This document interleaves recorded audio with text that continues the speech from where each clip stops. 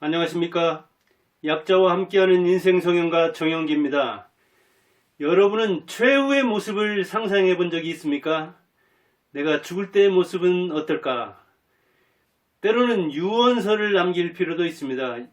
환갑 넘어, 요즘은 빠르다. 그러면은 70 넘어서 유언을 남기는 수도 있습니다. 그러면 삶을 돌아보게 되고 또 관계를 정립하게 되고 그리고 자신의 삶의 의미, 내가 어디에 목표를 둬야 되는가, 그리고 인생을 어떻게 마무리할 것인가, 이런 다짐을 하기 때문에 그렇게 최후의 모습을 그린다든가 유언을 남긴다든가 하는 것이 의미가 있습니다. 그런데 김 씨가 여기 있습니다. 김 씨 지금 둘레에는 병자들밖에 없습니다. 그런데 김 씨는 문병을 오는 사람도 없고 이제 눈으로 표현하고 고개를 끄덕거리는 그런 정도지 말도 제대로 못합니다. 그런데 무엇이 미련이 남았는지 죽지는 않으려고 안간힘을 쓰고 있습니다. 그래서 이제 간호사들이 무슨 사연이 있길래 저 환자는 어떤 인생을 살았길래 하면서 거기 이제 그래도 조금 이렇게 말이 통하는 눈빛으로 말이 통하는 그 간호사가 하니까 자기 그 서랍 소유물을 가리키면서 거기에 이제 있는 누구한테 이렇게 연락하라는 뭐 그런 그 낌새를 주니까 이렇게 펴서 수첩을 펴서 보니까 거기에 가족 사진이 들어있는데 연락처가 나와 있는데 그 사람에게 전화를 했는데 거기서 이제 그런 일들 상당히 해봤지만 여긴 누구입니다. 누구십니까? 예, 누군데요? 그럼 누구 아십니까? 그럴 때 안다 하면 말이 통하고 그 사람 모르는데요? 하면 끝나는 거죠. 제3자가 거는 거니까요. 그런데 자기가 말할 때는 못 걸고 이 3자 간호사가 걸었는데 다행히 연락이 돼가지고 이렇게 해서 병원에 있는데 지금 보고 싶어 한다. 그런 가족을 보고 싶어서 그런지 눈을 못 감고 있다 하니까 그 처자가 올라왔습니다. 자식 둘과 부인이 옛날 부인입니다. 말할 것도 없이 왔는데 이 이제 남자는 말도 못하고 그러나 청력은 있다. 이제 오래 살아남는다는 걸 과학적으로 알았기 때문에 그동안 하고 싶은 얘기가 있었으면 이야기하십시오. 자녀들한테도 하십시오. 하니까 그 부인이 여보 내가 왔다.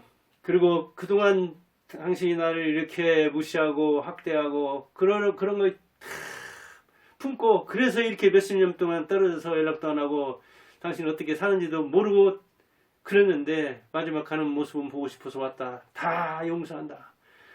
미련 다 버리고 편안히 가라. 하고 자녀들도 서운했던 거 싹 이야기하고 보냈어요. 그러니까 그가 눈물을 쭉 흘리면서 바로 얼마 있지 않아서 숨을 거뒀습니다. 역시 그 초인적인 힘은 마지막 그 미련. 자기가 사실은 용서했어야 되는데 자기가 그 아내와 자식들한테 용서를 구했어야 되는데 그럴 시간은 넘어버리고 이제 의학적으로 그럴 수는 없었는데 오히려 처자가 와서 용서를 하고 그러니까 눈을 감고 운명을 한 그리고 병원비 남은 것 치르고 그리고 이제 장례식은 아니고 화장해서 이렇게 남골당에 모시는 그렇게만 가도 준수한 셈입니다. 여기 있었죠. 남자들 특히 한국 남자들의 최후는 왜 이렇게 여자보다 비참합니까?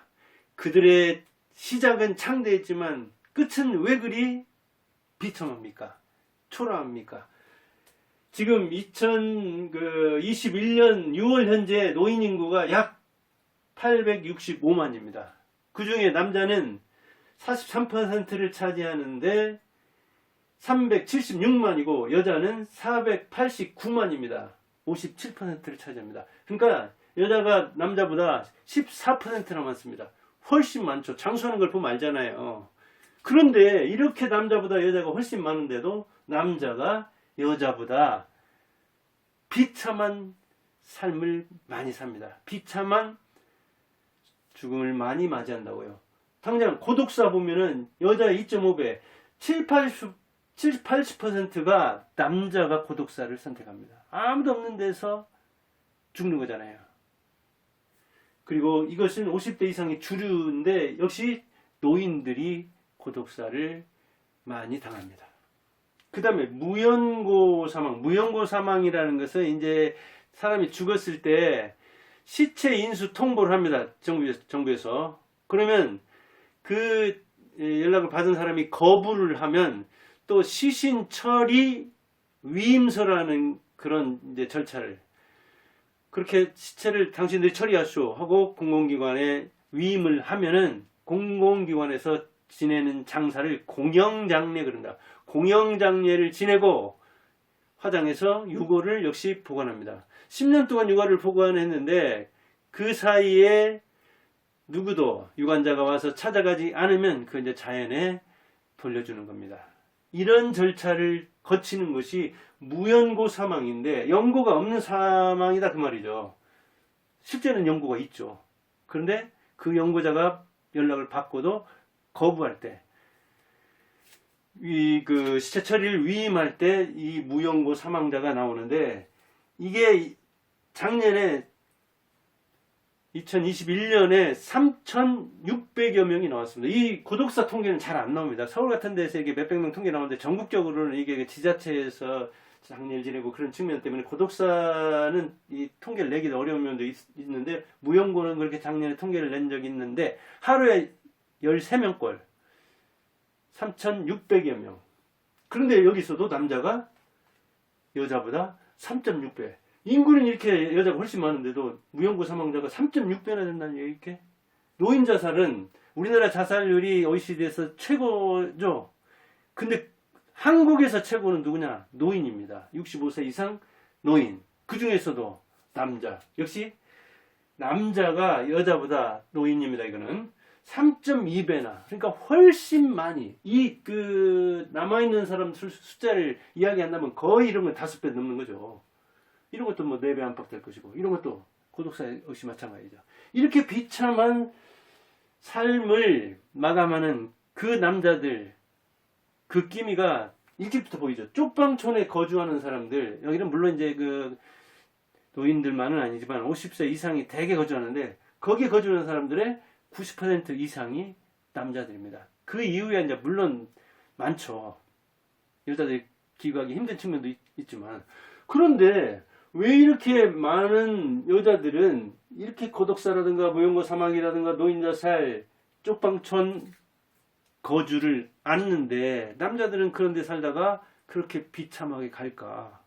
그 이야기에 대해서 여러 이야기가 있는데 한마디로 남자들이 잘못 살아서 그런 겁니다. 어찌 보면. 남자들의 시작은 창대하지만 그 끝은 얼마나 미약합니까? 지금까지 대통령 13번째죠. 12명 남자, 1명 여자죠. 그러니까 남자 태어날 때는 창대하죠. 장군이 되라. 대통령 될 확률도 훨씬 높죠. 고위직, 회사 같은 데서는 지금 임원의 한 6% 안팎밖에 여자는 차지하지 못하죠. 고위직 역시 마찬가지죠. 아마 20% 못 넘어갈 거래요. 지금 장관이나 대통령 보면 알잖아요. 그런데 왜 이렇게 남자들이 최후는 최후 마감할 때는 비참할까요? 이거는 희생한 대신에 그만큼 군림했기 때문이고, 한마디로 이야기하자면 돈 버는데 자기 인생을 바치느라고 정을 벌지 못해서 그런 겁니다. 처자의 마음을 벌지 못해서 그런 겁니다. 이걸 이제 다른 말로 이야기하면 관계, 인간 관계를 제대로 못 맺었기 때문입니다. 그런데 다른 데서 무슨 얘기를 봐? 돈 때문에 그렇다고. 돈 때문에 고독사, 돈 때문에 무연고 사망, 돈 때문에 자살, 돈 때문에 쪽방촌에 살지. 무슨 이야기야?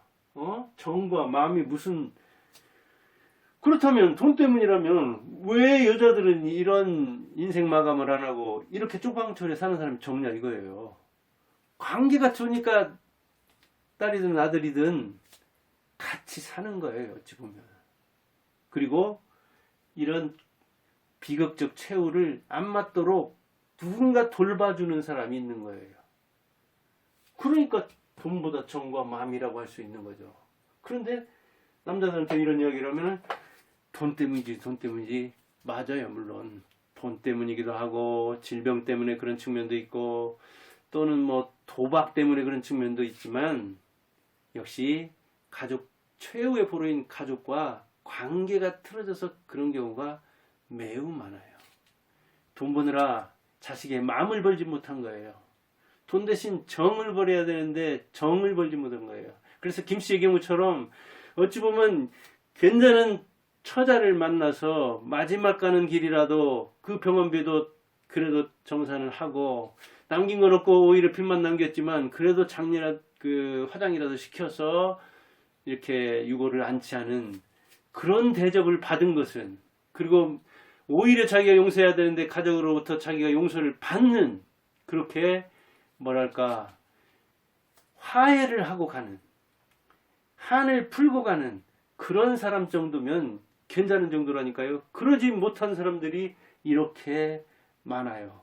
그런데 가난과 질병과 고독과 도박, 알코올 중독 내지 어떤 약물 중독 이런 것 저런 것 때문에 비참한 삶을 맞는 사람도 있지만 결국은 자기를 사랑하지 못해서 그런 거예요. 자기를 사랑하지 않으니까 처자에게 굴림하고 처자를 학대하고 돈 벌어서 남존 일만 하고 그리고 나는 스스로 학대를 하고 그러니까 자학하고 열등감에 쌓여서 자존감이 없고 자존감이 없으니까 걸핏하면 화를 내고 버럭버럭 처자를 괴롭힌 거죠. 이런 그 실태는 이혼할 때부터 알아보는 측면이 있습니다. 이혼해서든 또는 사별해서든 한부모 가족을 여성가족부에서 조사했거든요. 이건 2021년 통계입니다. 3,300가구 한부모 가족을 조사하니까 어머니하고 자식들이 사는 경우가 67.4%, 아버지하고 자식들하고 사는 경우가 32.5%입니다. 생각보다 아버지와 자식들이 사는 경우가 상당히 늘어났습니다. 옛날에는 이게 8, 90% 됐는데 요즘은 이제 70% 이하로 내려왔거든요. 이혼과 사별의 경우가 물론 많습니다. 물론 부자라 하지만 아버지가 자식을 키우지 않고 아버지가 자식을 키우면서 그 직장 생활을 하기가 힘드니까 이제 할아버지나 할머니한테 이른바 조손 가족 시골에 가면 그런 자녀들이 상당히 있습니다. 초등학교나 중학교 다닐 때 이게 파악이 되거든요. 그런 경우가 꽤 있습니다. 그런데 이 경우에 이제 대개 여자들이 이렇게 양육을 하는 경우에 양육비를 주겠다고 이혼한 사람들, 남자들의 10중 8, 80% 정도는 양육비를 안 줍니다.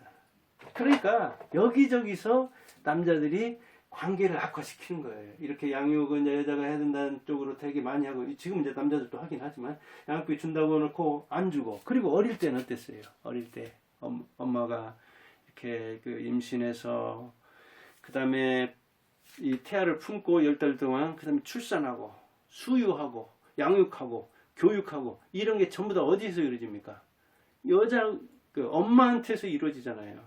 그러니까 엄마는 탯줄이 떨어져도 그 다음에 무슨 탯줄을 연결해 가지고 계속해서 그 내 새끼가 어떻게 클까?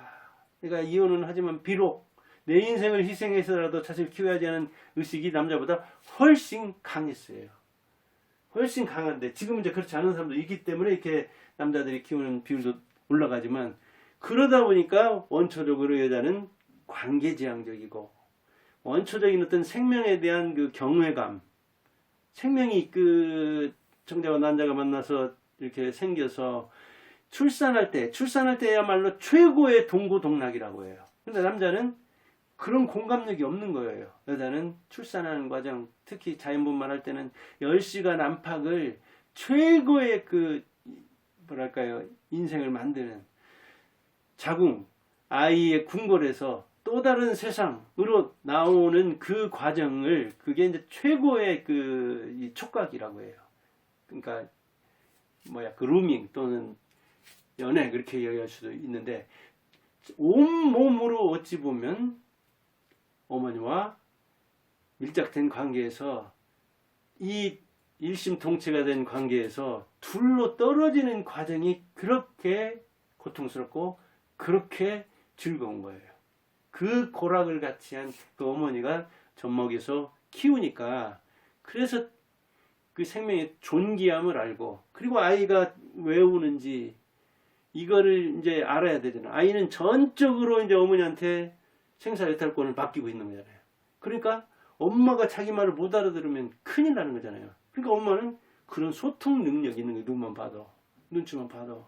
제가 지금 저렇게 말 않고 있는 거 보니까 어떤 상태다는 거. 근데 남자들은 그런 그 뭐 육아에 잘 관여 않고 오히려 그 아이 키우고 하는 일, 여자들 일 돌봐주면 안 된다는, 주방에 들어가면 안 되고 아이 키우는 것 그 관여하면 안 되고 한다는 의식도 있을 정도였거든요. 그러니까 그런 잘못된 그 유교적 가부장적 의식 이런 것 저런 것 때문에 남자들은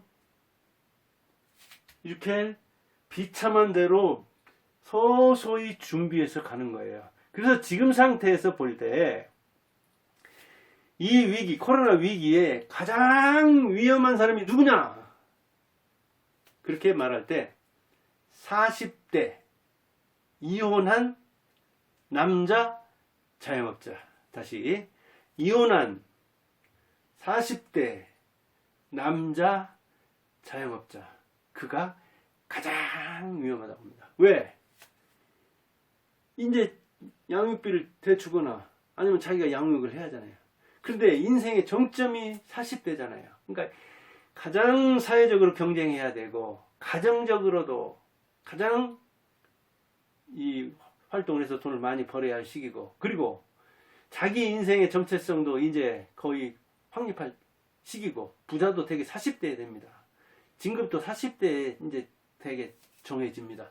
이런 차원에서 남자들은 그때 내 최후가 어떻게 될 것인가 하는 모습도 어느 정도 정해지는 거예요. 왜냐면 아이들도 어느 정도 컸잖아요. 그리고 자기 인생도 어느 정도 정해졌잖아요.